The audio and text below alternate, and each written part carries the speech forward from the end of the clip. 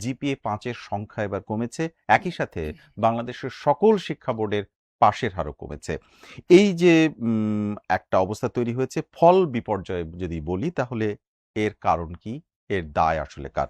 এসব নিয়ে আমরা আজকে আলোচনা করব। আলোচনার জন্য আমরা আজকে আমন্ত্রণ জানিয়েছি ঢাকা বিশ্ববিদ্যালয়ের নৃবিজ্ঞান বিভাগের সহযোগী অধ্যাপক ডক্টর রাশেদা রওনক খানকে, এবং তার সঙ্গে আজকের আলোচনার বিষয় এসএসসি পরীক্ষার ফল বিপর্যয়ের কারণ কি?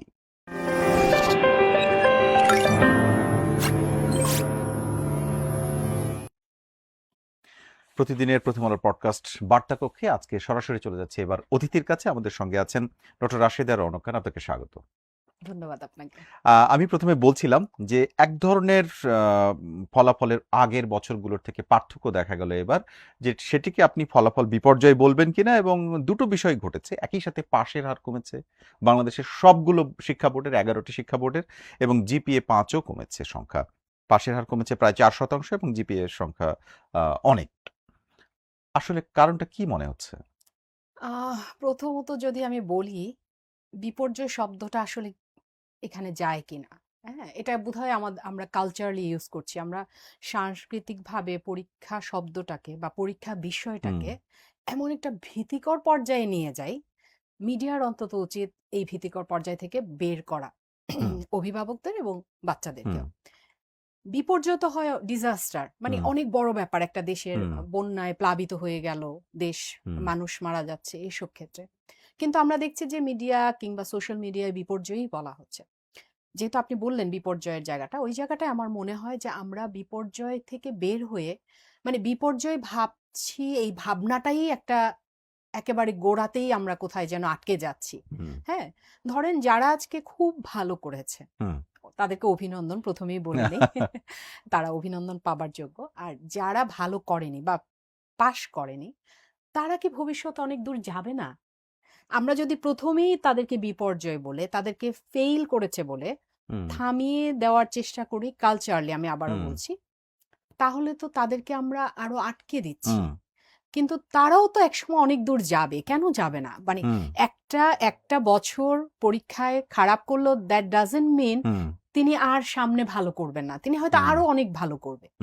এই যে উৎসাহ ব্যঞ্জক ভাবে তাদেরকে এগিয়ে নিয়ে যাওয়ার কালচারটা আমাদের আনতে হবে। ফেল করা মানে খুব কঠিন একটা খারাপ কিছু হয়ে গেল, এবং এটা দেখেন আপনি রাজনৈতিকীকরণও করা হয়। একসময় এমনও হতো যে ধরেন রেজাল্টের উপরে ভিত্তি করে রাজনৈতিক একটা পরিচয়ও বহন করে, সেটা কি খুব কমন সাধারণ একটা বিষয় ছিল যে পাশ করিয়ে দেওয়া হয়েছে, এই সরকারের আমলে বেশি পাশ করছে এটা দেখানো, সেটা কথা বলছেন, যেটা সোশ্যাল মিডিয়াতে অনেকে লিখতেন। সেটা সকল ক্ষেত্রে, শুধুমাত্র সরকারের ক্ষেত্রে না, অভিভাবকদের ক্ষেত্রেও তাই, স্কুলের ক্ষেত্রেও তাই, পরীক্ষার্থীর ক্ষেত্রেও তাই। অর্থাৎ আমরা কিন্তু প্রকৃত জ্ঞান অর্জনের জন্য লড়াই করি না বা মরিয়া হয়ে যাই না। আমরা রেজাল্টটা, জিপিএ 5 পাওয়াটাকে আমাদের আইডেন্টিটি হিসেবে দেখি। ওই অর্থে আমি রাজনীতিকীকরণ বলেছি। সেটা রাজনৈতিক দলও হতে পারে, সরকার হতে পারে, দেশ হতে পারে, ইনস্টিটিউশন হতে পারে, অভিভাবক হতে পারে, এবং কোচিং সেন্টারগুলো হতে পারবে, এবং সর্বশেষ পরীক্ষার্থীরাও হয়। এই যে আমরা জ্ঞানের জন্য লড়ছি না, এটাই কিন্তু মূল জায়গাটায় আমাদের চিন্তা করতে হবে, যে জ্ঞানের জন্য সন্তানরা কখন লড়াই করবে। ওকে, কনসেপচুয়ালি আমি এটা ধরে নিলাম যে আপনার জন্য, আপনার কথাটা, যে এখন থেকে এভাবে ভাবা যে জ্ঞানের জন্য লড়াই করবে, কিন্তু ফলাফল তো একটা সংখ্যার বিষয়। এত মার্কস পেলে পাশ করে, এত পেলে পাশ করে না, এই বিষয়টা, দুটো বিষয় একসাথে এবারে ঘটেছে এবং এবছরে এসে ঘটেছে। এটার কারণ আপনি কিছু খুঁজে পান? কারণ তো অনেকগুলো আছে। মানে আপনি যদি দেখেন, প্রথমত হচ্ছে এখনকার ছেলে মেয়েদের হাতে ডিভাইস আছে। এখন আগেও ছিল না তা না, কিন্তু দিন যত যাচ্ছে বাচ্চাদের ডিভাইসে সময় দেওয়া, অভিভাবকদের কথা না শোনা, হ্যাঁ, এবং ধরেন কোচিং এ যাওয়ার নাম করে গিয়ে আড্ডা মারা বা অন্যান্য কাজে ব্যস্ত হয়ে যাওয়া, রাজপথে কিছু না হলেই নেমে পড়া। মানে বিদ্যালয়ে এটা হয়েছে, এটার জন্য রাজপথে নেমে যাচ্ছে। সরকার আন্দোলন থেকে শুরু করে কোনো কিছুতেই রাজপথে নামা বাদ দেয় না। তারপরে ধরেন যেটা এইবারের ফলাফলে হয়েছে, ইংরেজি এবং অঙ্কে খারাপটা করা। আচ্ছা, ইংরেজি এবং অঙ্কে প্রত্যন্ত অঞ্চলগুলোতে, কিন্তু ঢাকায় হয়নি তেমন, বা মফস্বল শহরগুলোতে হয়নি, দূর দূরান্তের হয়েছে এবং মাদ্রাসায় হয়েছে বেশি। এখন আপনি বলেন, আপনি সরকার বা রাষ্ট্র হিসেবে আমরা স্কুল শিক্ষকদেরকে কয় টাকা বেতন দিই? ওই বেতনের জন্য কয়জন ভালো শিক্ষার্থী ওই জবের জন্য অ্যালিউড হয়? বিশ্ববিদ্যালয় থেকে যখন আমরা বের হচ্ছে আমাদের ছাত্ররা, তারা প্রথমেই করে কি, হয় সরকারি জবের জন্য ট্রাই করে, নয় বিদেশ এখন হুম স্কলারশিপ নিয়ে বাইরে যাওয়ার একটা চেষ্টা করে, হুম নয়তো একটা ভালো কর্পোরেট লেভেলে জব চায়। হুম কয়জন শিক্ষার্থীকে আপনি পাবেন যে সে স্কুল কলেজে স্কুলে গিয়ে হুম এরকম ইংরেজি আর এগুলো শেখাতে চায়? ফলে স্কুলগুলো তো ভালো শিক্ষকও পাচ্ছে না, বিশেষ করে একেবারে আমি যদি হুম আম, দূরের রিমোট অঞ্চলের জি কথা বলি। ফলে ভালোভাবে এখন যে প্রক্রিয়াটা শেখানোর, সৃজনশীল হুম পদ্ধতি, এই পদ্ধতিতে কিন্তু আপনাকে আগের মতো জাস্ট করে গেলাম হয়ে যাবে সেটা বিষয়টা হচ্ছে তা না। না। আমাদের সময় যেরকম ছিল এরকম না। এখন হচ্ছে পরীক্ষার হলেও আপনাকে একদম নতুন এমন কিছু আসলো যেটা থেকে আপনি আপনার বুদ্ধি খাটিয়ে পরীক্ষাটা দেবেন। হুম এই বুদ্ধিটা তৈরি করার জন্য, হুম অর্থাৎ একটা স্মার্ট স্টুডেন্ট তৈরি সৃজনশীল করার পরীক্ষা, জন্য, হ্যাঁ। হ্যাঁ, সৃজনশীল স্টুডেন্ট তৈরি করার জন্য সৃজনশীল শিক্ষক লাগবে। সেটা আমাদের কোথায় ভাই? সেটা তো আমরা তৈরি করছি না।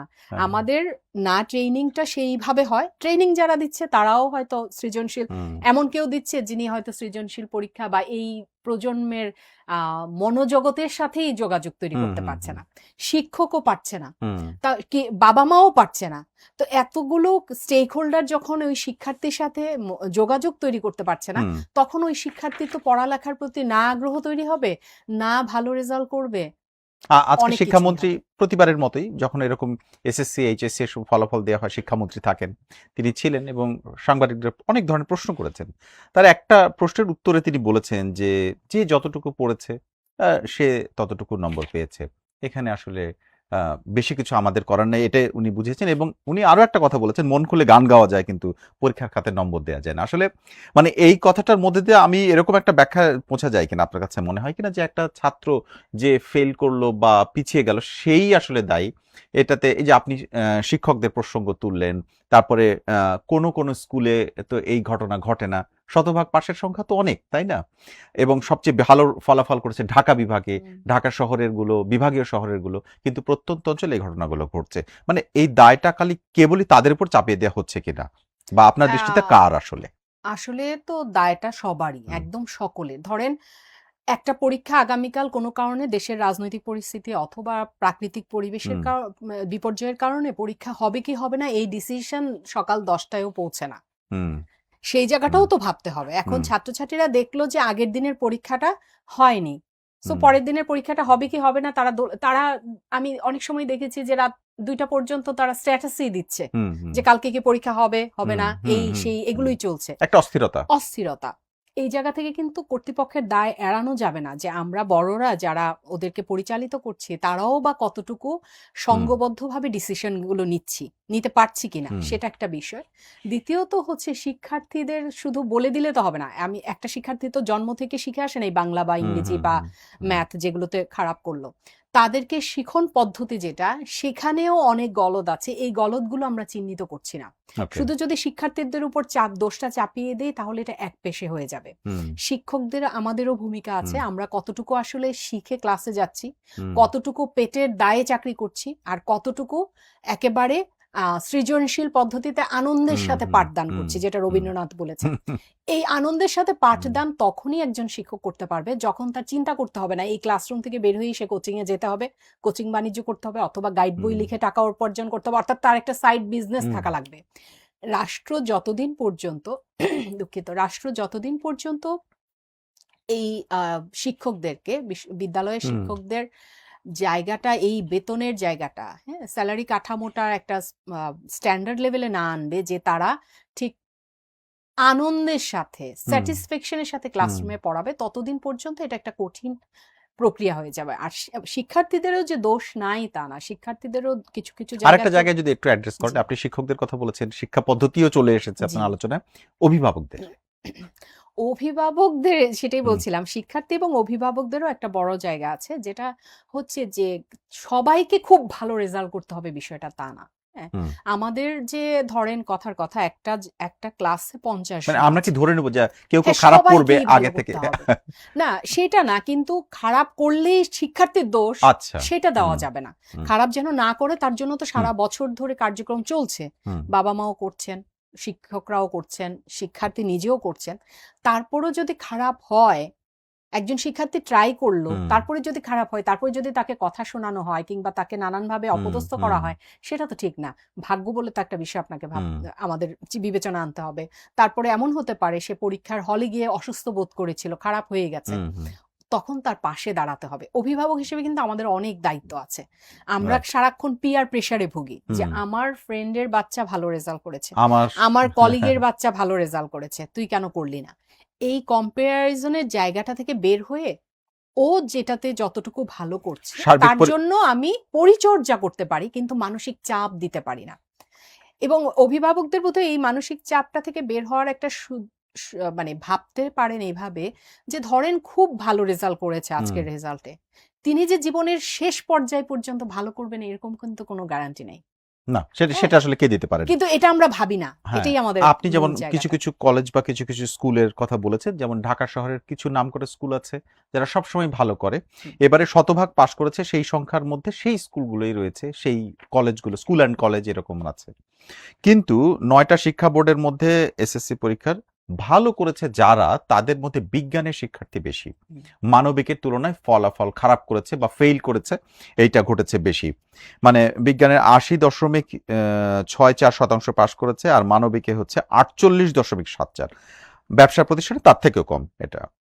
এখন আপনার কাছে মনে হয় কিনা যে এখানেও আসলে কোনো বিষয় আছে যে মানবিকে তারা যাচ্ছে যারা ভালো করে না, আসলে এটাই হওয়া উচিত কিনা? বিজ্ঞানে তারা যাচ্ছে যারা ভালো করে শুধু, মানে এরকম কোনো ঘটনা ঘটছে কিনা? এইটা মনে হয় এক সময় কাজ করতো, হুম আমাদের সময়ে বলা হুম যায়। হ্যাঁ, আমরা ভালো হুম রেজাল্ট করলে আমরা সায়েন্সে হুম চলে যেতাম যার। হুম কিন্তু এখনের ছাত্রছাত্রীরা কিন্তু খুব বাই চয়েস কোনো কিছু করে। তো হ্যাঁ, ফলাফল এরকম কেন? হ্যাঁ, ফলাফলের একটা বড় কারণ হচ্ছে ওই হ্যাঁ যে আপনি দেখেন ঢাকার ভালো ভালো বা বিভাগীয় শহরে হুম ভালো স্কুলগুলো কিন্তু থেকে কিন্তু খারাপ রেজাল্ট হুম আসে নাই, এসেছেই একেবারে রিমোট অঞ্চলের অথবা মাদ্রাসার। হুম আপনি দেখেন মাদ্রাসার যে এখন যে শিক্ষা ব্যবস্থা, সেখানে কতটুকু কয়জন শিক্ষক আছেন যে খুব ভালো করে ম্যাথ এবং ইংলিশ শেখাতে পারেন? হুম এখন আপনি মাদ্রাসা শিক্ষা প্রচলন রাখবেন, তিনটা হুম ব্যবস্থা রাখবেন শিক্ষার, হুম ইংলিশ মিডিয়াম, বাংলা মিডিয়াম এবং মাদ্রাসা শিক্ষা, হুম কিন্তু নজর কেবল দেবেন বাংলা মিডিয়ামে, আর বাকি দুটা কোন দিকে কে যাচ্ছে কোনো খবর নাই। খবর ইংলিশ হ্যাঁ মিডিয়াম হ্যাঁ তো হ্যাঁ কন্ট্রোলের বাইরে, আউট হুম অফ কন্ট্রোল, আর মাদ্রাসাকে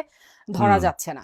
তাইলে এই পর্যায়ে তো বিপর্যয় যখন ঘটে তখন হুম তো হুম সবগুলো হুম হুম নিয়েই হুম ঘটে। হুম ওই জায়গাটায়ও মনে হয় আমাদের এখন নজর দিতে হবে যে মাদ্রাসা শিক্ষকের ক্ষেত্রে, মাদ্রাসা বলতেই আমরা হুম ধরে নেই যে কোরআনে হাফেজ হুম হতে হুম হবে, তাহলেই মাদ্রাসা শিক্ষক হতে হবে, কিন্তু ইংরেজি এবং ম্যাথ শেখানোর জন্য তো ইংরেজি এবং ম্যাথের শিক্ষকই লাগবে যিনি রাইট ওই বিষয়ে ভালো। রাইট ওই জায়গাটাও এখন বোধহয় সরকারের আপনি নজর দিতে হবে। আপনি যেহেতু মাদ্রাসার প্রসঙ্গটি আসেন, এখানে আমি একটা প্রসঙ্গে আসতে চাই, সেটি হচ্ছে একটা একেবারে পরিসংখ্যান এবারের পরীক্ষায় বলছে 11টি শিক্ষা বোর্ড আছে আমাদের, তার মধ্যে 312টি শিক্ষা প্রতিষ্ঠানের শতভাগ ফেল, হুম, অর্থাৎ এই স্কুলগুলোর থেকে একজন। একজনও পাশ করেনি। এখন 312 এই সংখ্যার মধ্যে দেখবেন 9টি সাধারণ শিক্ষা বোর্ডের 57টি, কারিগরি শিক্ষা বোর্ডের 29টি, 57 29, এবং বাকি সবগুলো অর্থাৎ 226টি প্রতিষ্ঠান সব মাদ্রাসা। এই যে আপনার কাছে এই পরিসংখ্যানটা কি মনে হয়? এটা মানে এখনই পদক্ষেপ নেওয়া প্রয়োজন কিনা, এবং পদক্ষেপ কে নিবে? কি হওয়া উচিত? অবশ্যই পদক্ষেপ নেবে শিক্ষা মন্ত্রণালয় এবং শিক্ষামন্ত্রী যেহেতু এই বিষয়গুলোতে খুবই ওয়াকিবহাল এবং তিনি খুব ভোকাল, হুম উনি নিশ্চয়ই এই বিষয়গুলো লক্ষ্য করবেন যে কিভাবে মাদ্রাসা শিক্ষার এই জায়গাটায় আধুনিকীকরণ করা যায়। হুম যদি মাদ্রাসা শিক্ষায় এই ব্যবস্থার মধ্য দিয়েই যেতে হয় তাহলে হুম অবশ্যই ভালো করতে হবে। কারণ এই বাচ্চাগুলোই কিন্তু পরবর্তীতে মানে যে বিশ্ববিদ্যালয়ের পরীক্ষায় জি বুয়েট মেডিকেলে চলে হুম আসছে। তাহলে বেসিক যদি খারাপ থাকে তখন যারা পাশ করেছে বা হুম একদম ভালো করেছে যারা ভিন্ন কথা, কিন্তু মোটামুটি করে পাশ করেছে তাদেরও কিন্তু বেসিক হয়তো ভাগ্যের গুণে বা কিছু একটা হুম হুম হুম হয়তো ভালো করেছে, আরেকজন পাশ করতে পারেনি। হুম সো এই জায়গা মানে মাদ্রাসার ক্ষেত্রে এগুলো খুবই গুরুত্বপূর্ণ যে একদমই সাবজেক্ট ওয়াইজ টিচার দেওয়া এবং আধুনিক করা। মানে মাদ্রাসা বললেই কেবলমাত্র অ্যারাবিকে ভালো হলেই তাকে শিক্ষক তৈরি করতে হবে, শিক্ষক হিসেবে নিয়োগ দিতে হবে, এই জায়গাটাকে অন্তত এই মুহূর্তে যদি শক্তভাবে না ধরা হয় তাহলে সামনে আরো সমস্যা তৈরি হবে। কারিগরি শিক্ষা বোর্ডের ক্ষেত্রে খানিকটা একই অবস্থা। কারিগরি শিক্ষা বোর্ডের এমনিতেই স্কুলের সংখ্যা কম, সেখানে 29টি শিক্ষা প্রতিষ্ঠানে কেউ পাশ করেনি। এটাকে আপনি খানিকটা আলাদা করে দেখেন কিনা? কারিগরি শিক্ষারও একই অবস্থা। কারণ দেখেন আমাদের দেশে কিন্তু কারিগরি হুম। শিক্ষা খুবই একটা হুম। গুরুত্বপূর্ণ এবং উৎসাহ প্রয়োজন দেওয়া আছে, এটা উচিত। সবসময় বলা হ্যাঁ, হয়। বলা হয় এবং উৎসাহ দেওয়া হুম। উচিত। কিন্তু ঘটনা ঘটে পুরো বিপরীত। হুম। হুম। কোনো উৎসাহ দেওয়া হয় না হুম। সেভাবে, কোনো রকম ফলো আপ করা হয় না, মনিটরিংটা করা হুম। হচ্ছে না। যে কারণে এই জায়গাগুলো তৈরি হচ্ছে। এখানেও দেখা দরকার এবং শিক্ষক নিয়োগের ক্ষেত্রে যেন রাজনীতিকীকরণ না হয়, যেন মানে সেইটা দেখা দরকার। সেইগুলো খুব গুরুত্বপূর্ণ। আমরা একই সাথে আরেকটা জায়গায় যেতে যাব, চাইবো আপনার কাছে একটা প্রশ্ন থাকবে, সেটা হচ্ছে একাদশে এরপরে এরা কলেজে ভর্তি হতে যাবেন, হুম। সেখানেও বিশাল অঙ্কের একটা সিট খালি থেকে যাচ্ছে, প্রায় 13,61,000 আসন খালি থাকবে। এই গ্যাপটা কেন তৈরি হলো এটা জানবো, কিন্তু তার আগে একটা ছোট্ট বিরতি দিচ্ছি। দর্শক আমাদের সঙ্গে থাকুন, বার্তা কক্ষের সঙ্গে থাকুন, ফিরছি এক্ষুনি। আকিস সিমেন্টে তৈরি এ বাড়ি, সিমেন্টে লোহার শক্তি। আয়রন স্ল্যাগ সমৃদ্ধ আকিস সিমেন্ট, সিমেন্টে লোহার শক্তি।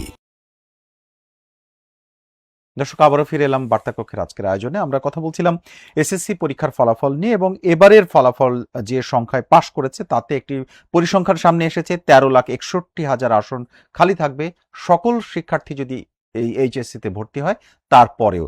তাহলে এই যে এটা তো এক ধরনের বিপর্যয়, এতগুলো শিক্ষা প্রতিষ্ঠান ফাঁকা থাকবে কেন? এখন কি করণীয় আমরা জানবো আজকের অতিথির কাছ থেকে। জি।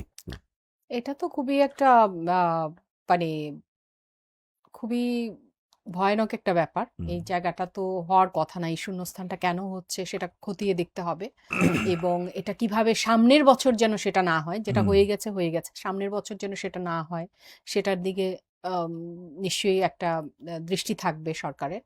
আর এটার প্রভাব কিন্তু গিয়ে আবার বিশ্ববিদ্যালয়ের ভর্তি পরীক্ষায়ও পড়বে গিয়ে।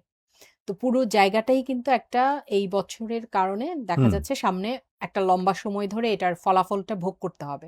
এখন যেটি বলা হচ্ছে যে এরপরে ভর্তি পরীক্ষার ভিত্তিতে হবে না, মেধার ভিত্তিতে, অর্থাৎ এবারের যে ফলাফলটা এসেছে সেই ফলাফলের ভিত্তিতে তারা এইচএসসিতে ভর্তি হবেন, অর্থাৎ কলেজে ভর্তি হবেন। হুম। আমার প্রশ্ন হচ্ছে যে এত বিশাল অঙ্কের আসন, মানে 13 লাখের বেশি, প্রায় 14 লাখ, হুম। 13.61 লাখ, এত বড় সংখ্যা, এই এই এই গ্যাপটা কেন তৈরি হলো? তাহলে কি আমরা স্কুল কলেজ বেশি তৈরি করে ফেলেছি? তা তো বটেই। মানে আমি যেটা ১ম এই আলাপটা করেছিলাম যে জি, জি। আমাদের যেমন কারিগরির দিকে আমরা নজর হুম। দেই না। হতে পারে একটা বাচ্চা সে এই ধরনের পড়ার চেয়ে অনেক বেশি সে এই মাইক্রোফোনটা তৈরি করতে সে খুব আগ্রহী। হুম। সে এই টেবিলটা তৈরি করতে খুব আগ্রহী। কিন্তু আমরা ওইদিকে যাই না। আমাদের হুম। সবার এমএ পাস করতে হবে। হুম। কিন্তু বাইরে কিন্তু তা না। হুম। বাইরে একদম ছোটবেলা হাই স্কুল যখন শুরু হয় ক্লাস 6 থেকে হুম। 5 পর্যন্ত তারা সমানভাবে রাখে। হুম। 6 থেকে তারা একটা সেকশনে ওই বাচ্চাদেরকে নিয়ে যায় যেই বাচ্চাদের ইনটেনশন হচ্ছে শুধুমাত্র জ্ঞান অর্জন করা। যাদের ভালো লাগে পড়তে, যারা পড়তে চায় এবং ভালো রেজাল্ট করছে। জি। আর বাকি সেকশনগুলোকে এমনভাবে রাখে যে তারা একটা পর্যায়ে গিয়ে কারিগরি শিক্ষায় চলে যাবে, কাজে চলে যাবে, ভিন্ন ভিন্ন কাজে চলে যাবে।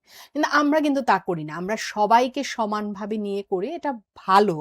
কিন্তু আমাদের জব সেক্টর কোথায়? আপনি তো কলেজের শূন্য পদের কথা বলছেন। এরপরে জব সেক্টরে গিয়ে তো আমরা জব দিতে পারছি না। কিন্তু আমি যে এখন যে 13,61,000 আসন খালি থাকবে, মানে ইন্টারমিডিয়েটে আরো 13 লাখ ছাত্র ভর্তি হতে পারতেন, কিন্তু সেই জায়গাটা খালি থাকবে। আমার প্রশ্ন হচ্ছে এই যে তার মানে তো অনেক কলেজ, এতগুলো কলেজ, এইটা আসলে কেন তৈরি হলো তাহলে? মানে এটা এটার একটা কোন কারণ পরিসংখ্যানের ভিত্তিতে? বিশ্ববিদ্যালয়েও তো তাই।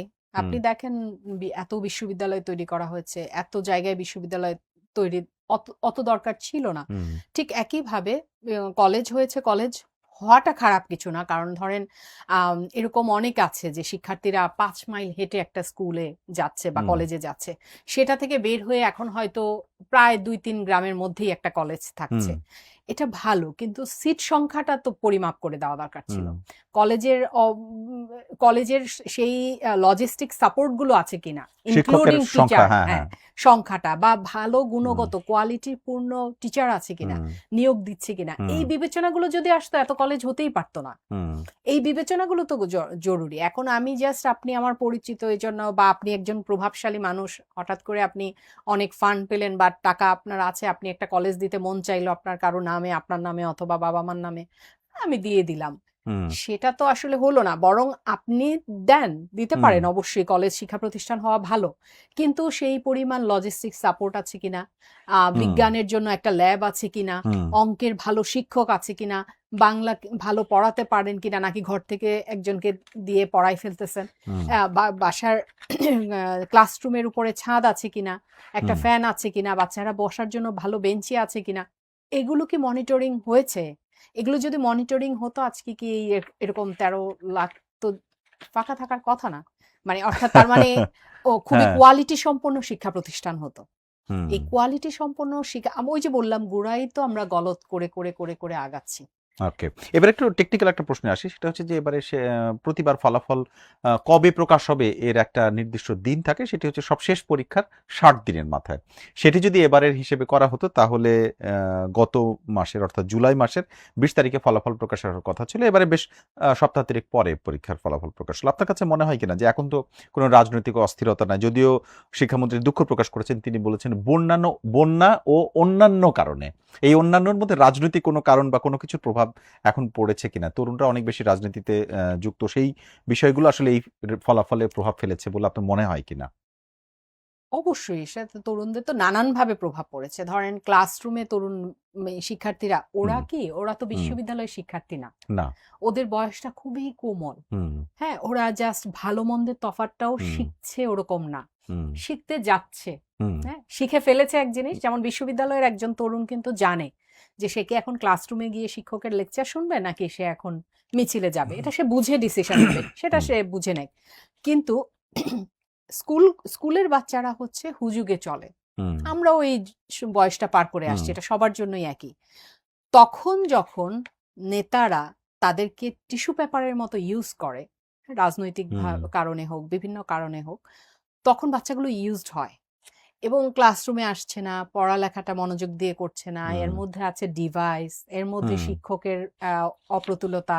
হুম একজন শিক্ষক ক্লাসরুমে মানে তখনই টানতে পারে যখন হুম শিক্ষক নিজেও নিরলস চেষ্টা করেন। হুম শিক্ষক নিজেও ছাত্রছাত্রীদের কাছে একজন আইডল।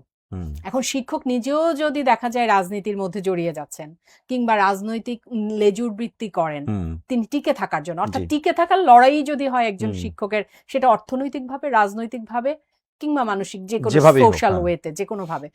ইভেন এখন আরেকটা বিষয় যুক্ত হয়েছে, আপনি দেখবেন সোশ্যাল মিডিয়াতে দেখা যায় শিক্ষকরা বিভিন্ন ধরনের অনৈতিক সম্পর্কে জড়িয়ে যাচ্ছে। হুম একজন শিক্ষক কি করে অনৈতিক সম্পর্কে জড়ায়?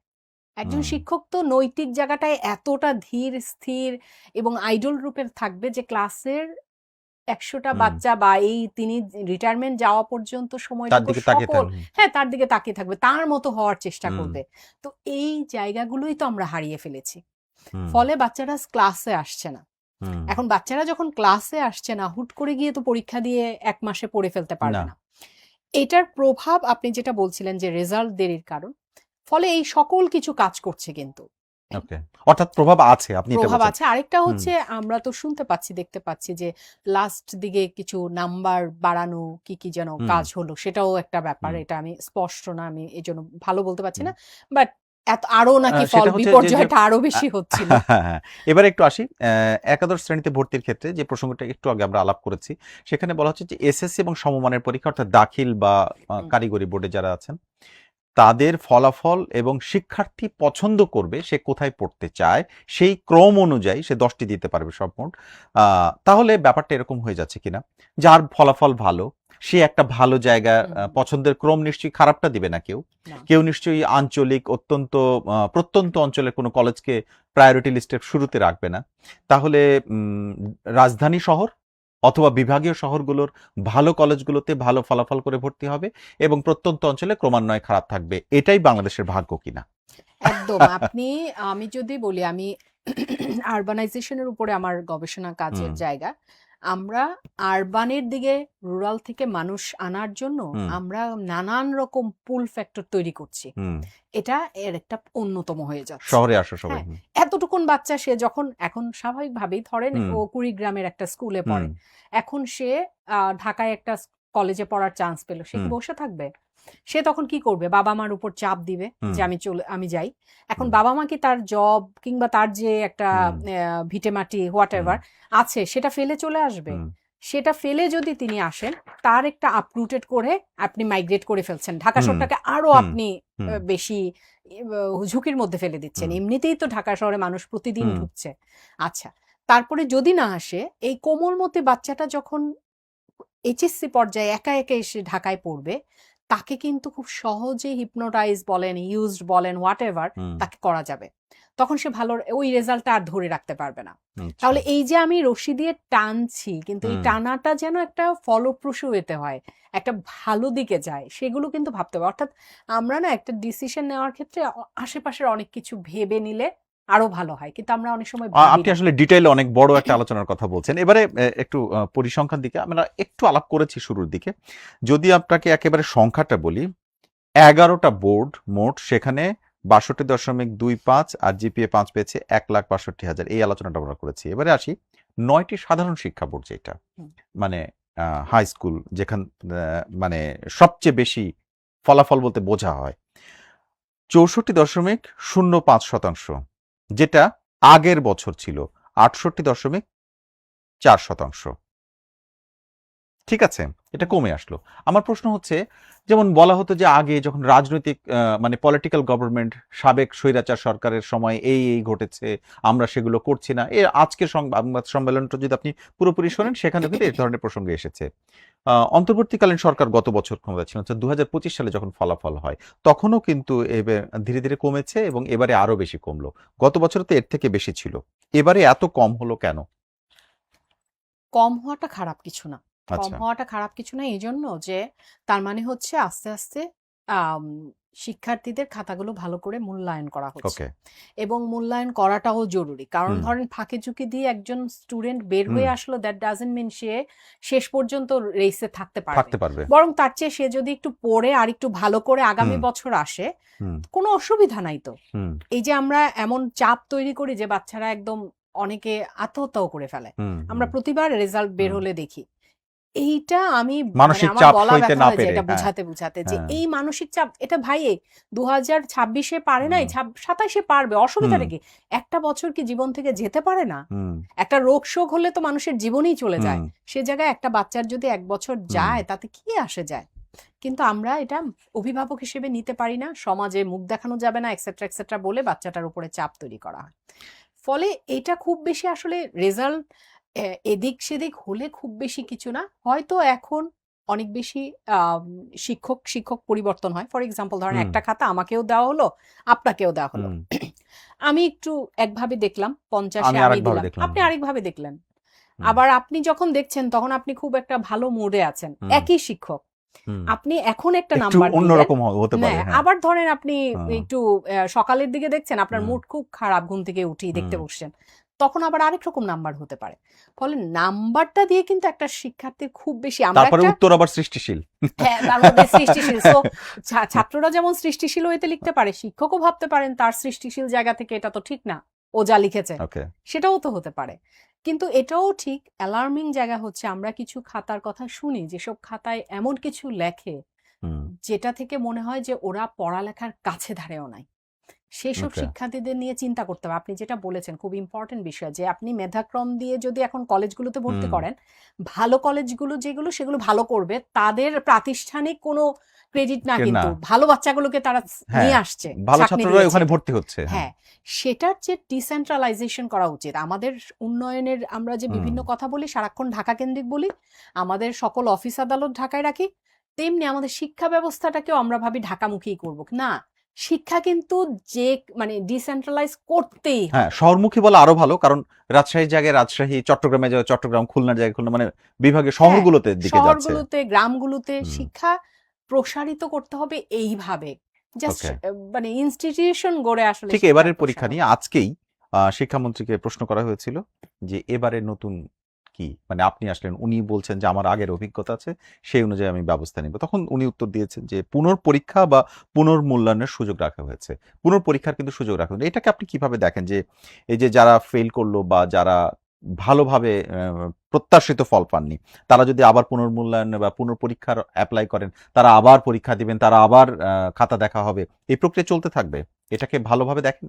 আমার মনে হয় তিনি বাইরে ছিলেন, তিনি এটা কিন্তু বাইরে আছে হুম এই সিস্টেমটা। হুম কারণ হচ্ছে ওই যে বললাম, একজন শিক্ষার্থী আজকে খারাপ করেছে মানে আজকের পরীক্ষার হলে তার কোনো কারণে খারাপ হয়েছে, সে যখন 3 মাস পরে বা 2 মাস পরে পরীক্ষা দিবে, সে হুম যখন সুযোগ পাবে হুম তখন তার পরীক্ষা অনেক ভালো হতে পারে, ওকে কিংবা সে শিক্ষা পেতে পারে যে আমার হ্যাঁ হ্যাঁ পরীক্ষাটা হ্যাঁ খারাপ গেছে, আচ্ছা আমি রাজপথে স্লোগান দিয়ে বেড়াইছি, এখন হুম। আমার পড়তে হবে, সো এই 2 মাস আমি খুব জোরে সোরে পড়লাম। পড়ি হ্যাঁ, তো এটা একদিক দিয়ে খারাপ না, এটা ভালো।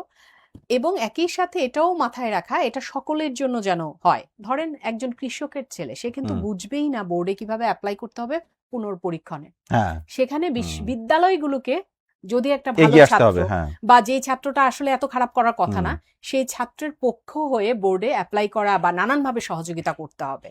312টি প্রতিষ্ঠানের ব্যাপারে আমরা আলাপ করেছি। আমরা এটা একটু জানতে চাই, আমরা আলোচনার একেবারে শেষ প্রান্তে এটি জানতে চাই, এইদের ব্যাপারে ব্যবস্থা নেওয়া হবে এবং শিক্ষামন্ত্রী বলেছেন ব্যবস্থা নেওয়া হবে। কি ব্যবস্থা নেওয়া হবে? বন্ধ করে দেওয়া হবে? প্রথমত হচ্ছে, আমি নাম বলতে চাচ্ছি না, কিন্তু এখানকার অনেক প্রতিষ্ঠান আছে যারা এতদিন খোলা বই রেখে পরীক্ষা দিত, এটা হুম বলা হয়ে থাকে, আমরা হুম শুনেছি যে অনেক মাদ্রাসা বা অনেক জায়গায় আছে যে একদম বই খুলে পরীক্ষা দিত। পরীক্ষা দিচ্ছেন এইবার সেটা হয়তো সম্ভব হয়নি, কারণ শিক্ষামন্ত্রী এই ব্যাপারে সারাক্ষণ উনি যেভাবে একটা, এটা ভালো হোক খারাপ হোক, একটা প্রোপাগান্ডা ছিল যে হুম বই দেখে দেওয়া যাবে না, ফলে এটা বন্ধ হওয়াতে মেবি এটার একটা প্রভাব পড়েছে। এটা ব্যবস্থা পজিটিভ ওয়েতে নেওয়া যায়, নেগেটিভ ওয়েতে নেওয়া যায়। যেটা বলা হুম হচ্ছে যে বন্ধ করে দেওয়া, সেটা হতে পারে। আরেকটা হতে পারে তাদেরকে সুযোগ দেওয়া যেতে পারে যে আপনারা নেক্সট টাইম ভালোভাবে পরীক্ষা নেন এবং ভালো হুম রেজাল্ট করে দেখান, নয়তো বন্ধ করে দেওয়া যাবে। অর্থাৎ একটা শর্ত দিয়ে তারপরে কিছু করা, কিন্তু সেটা করতে হবে, কারণ এটা করা অর্থাৎ জরুরি। ব্যবস্থা একটা নিতে পুরো হবে। প্রতিষ্ঠানে একটা বাচ্চাও হবে না, কোথাও না কোথাও তো ঝামেলা আছে, সেই ঝামেলাটা খুঁজে বের করতে হবে। অনেক ধন্যবাদ আপনাকে আজকে আমাদেরকে সময় দেওয়ার জন্য এবং মতামত দেওয়ার জন্য। ধন্যবাদ আপনাকে। দর্শক, আমাদের সঙ্গে ছিলেন ডক্টর রাশেদা রওনক খান, ঢাকা বিশ্ববিদ্যালয়ের নৃবিজ্ঞান বিভাগের সহযোগী অধ্যাপক। তার কাছ থেকে আমরা আজকের যে ফলাফল পাওয়া গেছে, এখন পর্যন্ত যে সমস্ত তথ্য, এই সমস্ত বিশ্লেষণ জানছিলাম। এমন আরও বিভিন্ন দিনের সবচেয়ে গুরুত্বপূর্ণ বিষয়ের আলোচনা এবং বিশ্লেষণ জানতে আমাদের এই আয়োজন প্রথম আলোর প্রতিদিনের পডকাস্ট বার্তাকক্ষ দেখুন, আমাদের সঙ্গে থাকুন প্রথম আলো .com, প্রথম আলোর ইউটিউব, ফেসবুক সহ সোশ্যাল মিডিয়ার সবগুলো প্ল্যাটফর্মে।